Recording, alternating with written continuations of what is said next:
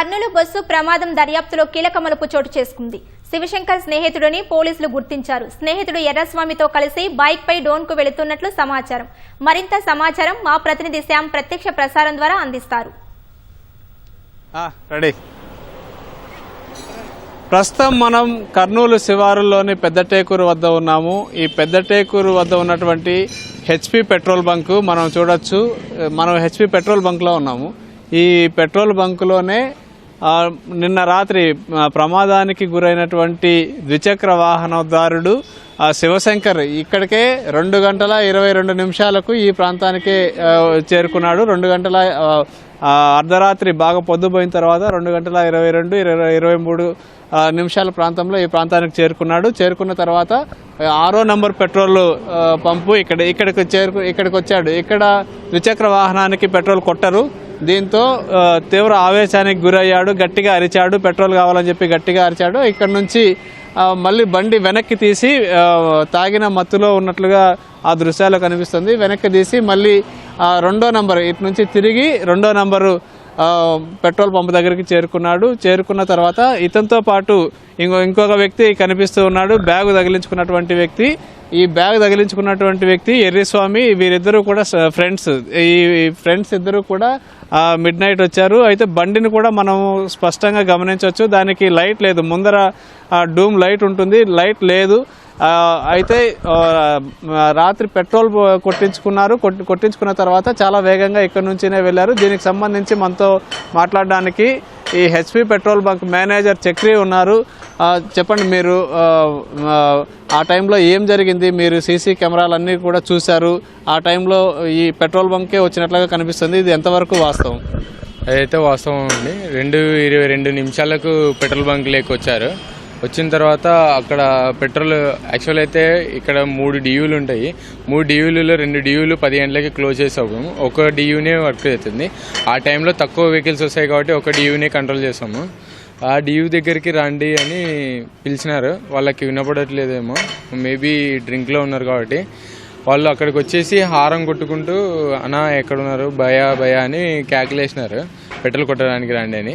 అన్న ఇక్కడికి రండి అంటే ఫస్ట్ బైక్ అక్కడనే పెట్టేసి వాళ్ళు ఊరికే మాట్లాడడానికి అని చెప్పి అక్కడ వెళ్ళినారు. అన్న ఏం చేయాలి చెప్పాను అంటే పెట్రోల్ కావాలన్నా అంటే బైక్ ఇక్కడికి తీసుకొని రండి అంటే అతను బ్యాగ్ తలించుకున్న అతను అక్కడనే ఉండిపోయినాడు. శివశంకర్ అనే అతను వచ్చి బైక్ ట్రంక్లో ఉన్నాడు కాబట్టి చాలా స్పీడ్లో తిప్పడానికి పోయినాడు. ఇక్కడ స్టంట్ లాగా కనిపించింది. తిప్పుకునేటప్పుడు కొద్దిగా కింద పడే ఛాన్సెస్ ఉన్నాయి, అక్కడ స్కిడ్ అయ్యే ఛాన్సెస్ ఉన్నాయి. అక్కడికి వెళ్ళి పెట్రోల్ కొట్టించుకొని వెళ్ళిపోయారు. అప్పుడు ఎంత డబ్బులు ఇచ్చారు ఏమైనా ఐడియా ఉందా? ఎంత పెట్రోల్ కొట్టించుకున్నారు ఏమైనా ఐడియా ఉందా మీకు? ఆన్లైన్ పేమెంట్ చేసి ఉంటే ఆ టైంలో ఎంత చేశారు అని, ఎంత పెట్రోల్ పోసామని ఐడియా ఉంటుంది.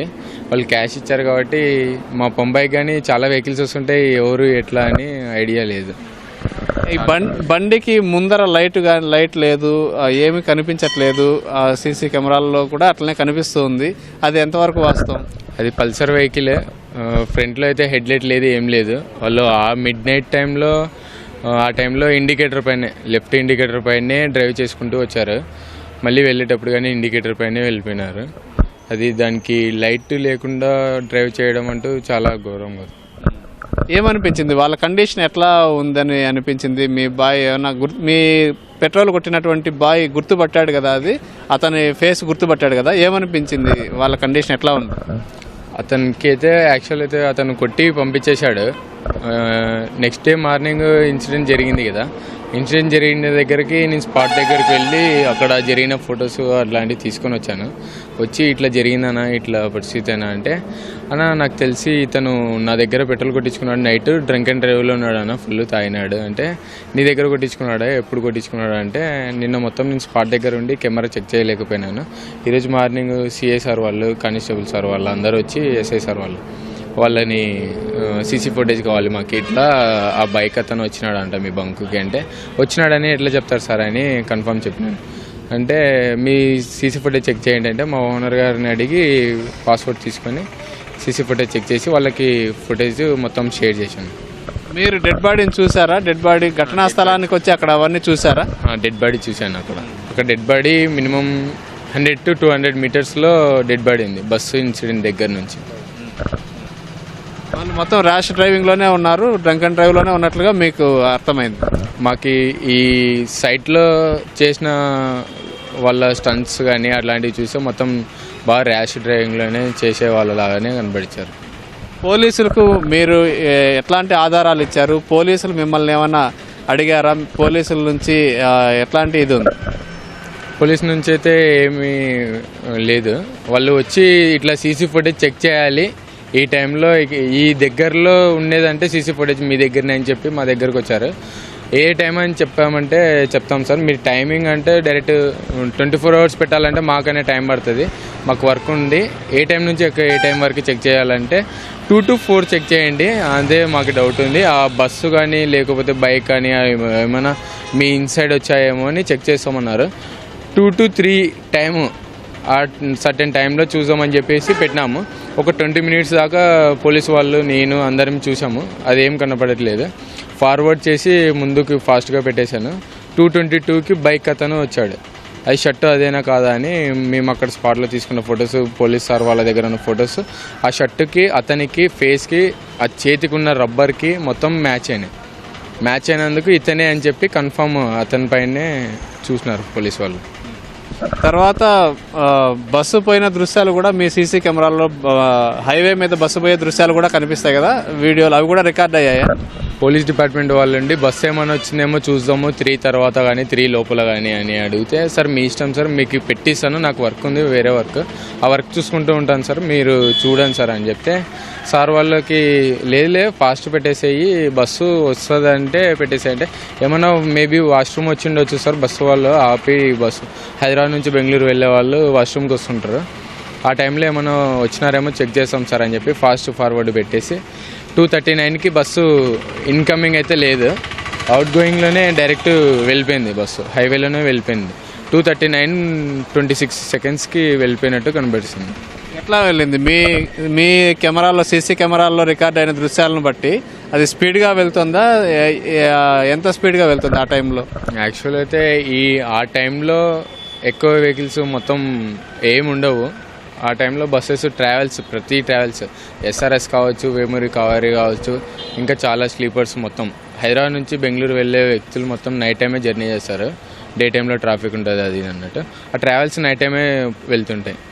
మినిమం 100+ ఉంటుంది స్పీడ్, 100+ 180 బిలో ఉండొచ్చు. ఇప్పుడు ఇంకొక అబ్బాయి, పెట్రోల్ కొట్టించుకున్న అబ్బాయి తో పాటు ఇంకొక అబ్బాయి కూడా ఎర్రస్వామినే ఉన్నాడు కదా, అతని వివరాలు ఏమన్నా తెలిసాయా? అతను ఏంటి అనేది? అతని వివరాలు అయితే మాకేం తెలియదు. అది తెలుసాలంటే ఇంకా ఏమన్నా పెట్రోల్ కొట్టించుకునేటప్పుడైతే ఉన్నాడు. Thank you. ఇది చెప్తోంది మేనేజర్ చక్రి చెప్తున్న దాని ప్రకారం స్పష్టంగా సీసీటీవీ కెమెరాల్లో ఈ పెట్రోల్ బంక్లో చాలా సీసీ కెమెరాలు ఉన్నాయి. ఈ సీసీ కెమెరాల దృశ్యాలను బట్టి చూస్తే ఇక్కడికి 2:24 ప్రాంతంలో ఇక్కడికి ద్విచక్ర వాహనం వచ్చింది. ఈ పెట్రోల్ పంపు, ఇది 6వ నెంబర్ పెట్రోల్ పంపు క్లోజ్ చేసినట్లుగా వీరు చెప్తున్నారు. అయితే ఇక్కడ నుంచి పెట్రోల్ కావాలని చెప్పి గట్టిగా అరవడము, ఇక్కడ లేకపోవడంతో 2వ నెంబరు 2 నెంబరు ఇక్కడికి వెళ్ళడం జరిగింది. అక్కడికి వెళ్ళిన తర్వాత పెట్రోల్ కొట్టించుకొని అంతే వేగంతో, పెట్రోల్ కొట్టక ముందే డబ్బులు ఇచ్చారు. డబ్బులు ఇచ్చి పెట్రోల్ కొట్టిన తర్వాత అంతే వేగంతో ఇద్దరు వ్యక్తులు కూడా, ఈ శివశంకర్ కానీ ఎర్రస్వామి కానీ ఇద్దరు కూడా అంతే వేగంతో ముందుకు బయలుదేరి వెళ్ళిపోయారు, అది వేగంతో వెళ్ళారు. అయితే ఆ తర్వాత వీరిద్దరూ కూడా ప్రమాదం జరిగిన సమయంలో వీరిద్దరూ కూడా బండి మీదే ఉన్నట్లుగా పోలీసులు ఆ కోణంలో ఎంక్వైరీ చేస్తున్నారు. అయితే వెనుకున్నటువంటి ఎర్రస్వామికి కూడా అదే సమయంలో కింద పడిపోయాడు, గాయాలయ్యాయి. అతను అక్కడి నుంచి పరారయ్యాడు.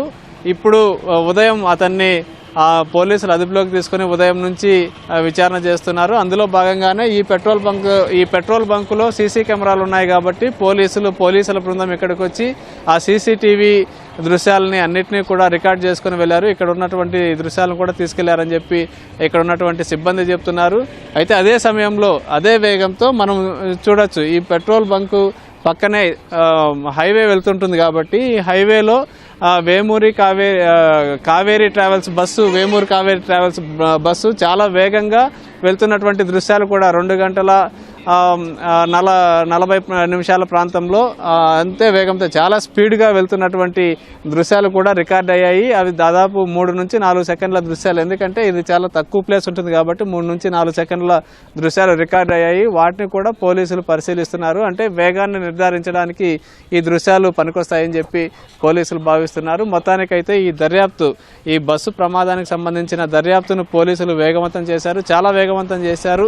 ఈ ఎర్రిస్వామి చెప్పే వివరాల ప్రకారం, ఎర్రిస్వామి వాంగ్మూలం ప్రకారం ఈ బస్సు ప్రమాదం ఎలా జరిగింది, ఎవరిది తప్పు ఉంది, నిజంగా వీరు చెప్తున్న దాని ప్రకారం మనకు సీసీటీవీలో కనిపిస్తున్నటువంటి దృశ్యాలను చూస్తే కనుక ఆ బండికి లైట్ లేదు, ముందు ఉన్నటువంటి లైట్, ముందు ఉండాల్సిన లైట్ లేదు, ముందు లైట్ లేకపోవడము, అది చీకట్లో బండి నడపడం అనేది ఎంతవరకు కరెక్ట్ అనేది అది ఒకటి పోలీసులు ఆ కోణంలో దర్యాప్తు చేస్తున్నారు. రెండోది బాగా మద్యం సేవించి, ఇద్దరు కూడా బండి నడుపుతున్నటువంటి శివశంకర్ బాగా మద్యం సేవించాడు అనేది కూడా స్పష్టంగా మనకు కనిపిస్తుంది. ఈ మద్యం సేవించి బస్సు కిందికి దూరాడా, లేదంటే బస్సు వేగంగా వచ్చి శివశంకర్ వాహనాన్ని ఢీకొట్టిందా అని చెప్పి ఆ కోణంలో దర్యాప్తు చేస్తున్నారు. మొత్తానికైతే దర్యాప్తు ముమ్మరంగా సాగుతోంది. ఈ దర్యాప్తుకు సంబంధించిన డీటెయిల్స్ ఇంకా మనకు రావాల్సి ఉంది. కర్నూలు ఎస్పీ విక్రాంత్ పాటిల్ స్వయంగా ఈ దర్యాప్తు చేస్తున్నట్లుగా మనకు సమాచారం వస్తుంది. మొత్తానికైతే కొన్ని ఆధారాలు, కొన్ని క్లూస్ అయితే ప్రస్తుతానికి పోలీసులు సంపాదించారు. అవి మనం కూడా సోషల్ మీడియాలో వైరల్ అవుతున్నాయి. మనం కూడా ఈ దృశ్యాలను మనం చూపిస్తున్నాము. మొత్తానికైతే ఈ దర్యాప్తుకు సంబంధించి, ఈ ప్రమాద ఘటనకు సంబంధించిన తాజా సమాచారం అయితే ఇదే. ప్రస్తుతం మనం ఇక్కడ నుంచి ఈ దర్యాప్తు లేటెస్ట్ అప్డేట్స్ కూడా మరిన్ని మనం అందిస్తాము. దీనికి సంబంధించిన ఇంకా వివరాలు మనకు తెలియాల్సింది, వచ్చిన వెంటనే మనం ఈటీవీ వారికి అందిస్తాం. ఇది ప్రస్తుతం ఇక్కడ ఉన్నటువంటి తాజా పరిస్థితి. కెమెరామెన్ శేషుతో శ్యామ్, ఈటీవీ న్యూస్, కర్నూలు జిల్లా.